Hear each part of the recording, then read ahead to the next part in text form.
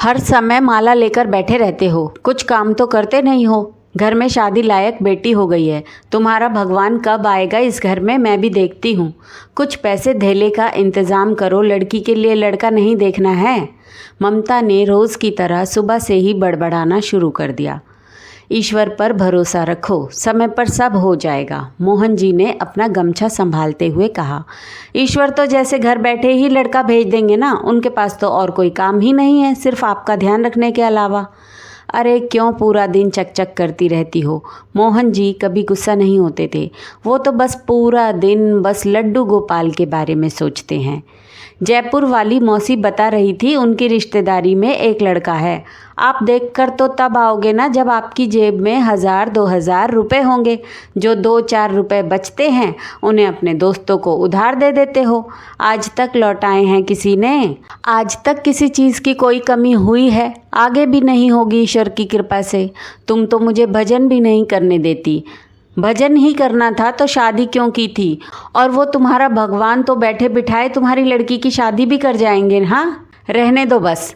लो थैला पकड़ो और जाओ बाज़ार से सब्जी ले आओ। और हाँ, जिस लड़के के बारे में मैंने बात की है उसके बारे में ज़रा सोचना, परसों जाना है तुम्हें। अब थोड़े बहुत पैसों के लिए एफडी तो तुड़वाओगे नहीं, जो यार दोस्तों को उधार दे रखे हैं उनसे ज़रा मांग लो। मोहन जी थैला लेकर निकल तो गए, लेकिन यही विचार मन में चल रहा था, पैसों का इंतज़ाम कैसे होगा। सब्ज़ी लेने से पहले ज़रा अपने दोस्त से अपने पैसों की बात कर ली जाए। जिस शोरूम में वो काम करता है वो भी पास ही है। मुकेश ने जब अपने मित्र को देखा तो गले लगा लिया। और मोहन जी कैसे आना हुआ? कुछ नहीं यार, कुछ समस्या आ पड़ी है, पैसों की सख्त ज़रूरत है। अपने ही पैसे मोहन जी ऐसे मांग रहे हैं जैसे उधार मांग रहे हों। मुकेश ने कहा कि अभी तो मेरे पास भी कुछ नहीं है, थोड़ी तंगी चल रही है। देखता हूँ, साहब से बात करता हूँ। 6 दिन पहले ही विदेश से आए हैं, ऐसे 6 शोरूम हैं उनके पास। उनसे बात करके तुम्हें बता दूँगा। और बताओ, बिटिया ठीक है? कैसा चल रहा है उसका योगा क्लास? बढ़िया चल रहा है। सुबह 5 बजे जाती है और पूरे 5000 कमाती है। मोहन जी ने बड़े गर्व से कहा। सर्वगुण संपन्न है हमारी बिटिया। वहाँ से बाहर निकलने ही वाले थे कि एक जगह उनकी नज़र टिक गई। इतनी सुंदर मूर्ति लड्डू गोपाल की। मोहन जी बिना पलक झपकाए देख रहे थे, जैसे अभी बात करने लगेगी।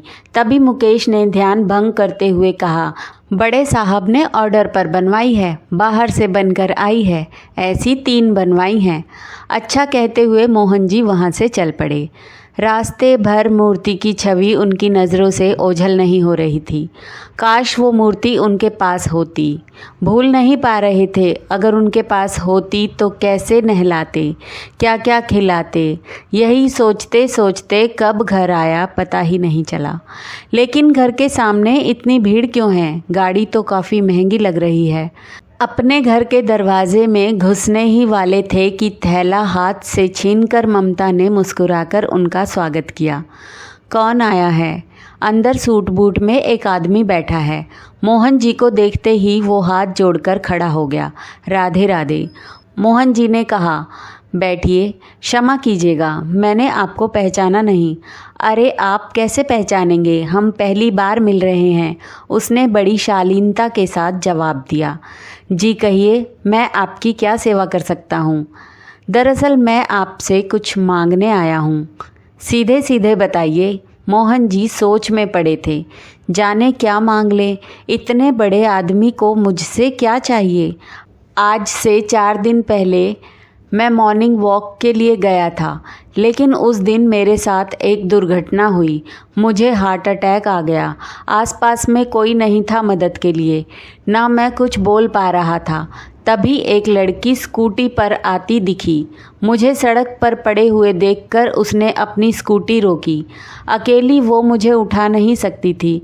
फिर अपनी स्कूटी से दूर की दुकान पर जाकर एक आदमी को बुलाकर लाई। उसकी मदद से उसने मुझे अपनी स्कूटी पर बिठाया और हॉस्पिटल लेकर गई। अगर थोड़ी सी भी देर हो जाती तो शायद मेरा अंत निश्चित था। और वो लड़की कोई और नहीं, आपकी बेटी थी। उस आदमी ने हाथ जोड़ते हुए कहा, अगर आप लायक समझते हैं तो मैं अपने बेटे के लिए आपकी बेटी का हाथ मांगता हूँ। जो अनजान की मदद कर सकती है वो अपने परिवार का कितना ध्यान रखेगी। मोहन जी एकदम जड़ हो गए। विश्वास नहीं कर पा रहे थे, क्या ये सच में हो रहा है कि मुझे किसी के दरवाजे पर ना जाना पड़े। इस स्थिति से अभी बाहर नहीं निकले थे कि तभी सामने वाले व्यक्ति ने अपने पास रखे हुए बैग में से एक बड़ा सा बॉक्स निकाला। इसमें वही मूर्ति थी जिसे मोहन जी अभी अभी शोरूम में देखकर आए थे, जो आंखों के सामने से ओझल नहीं हो रही थी, जिसे देखते ही मन में ख्याल आया था कि काश मेरे मंदिर में होती।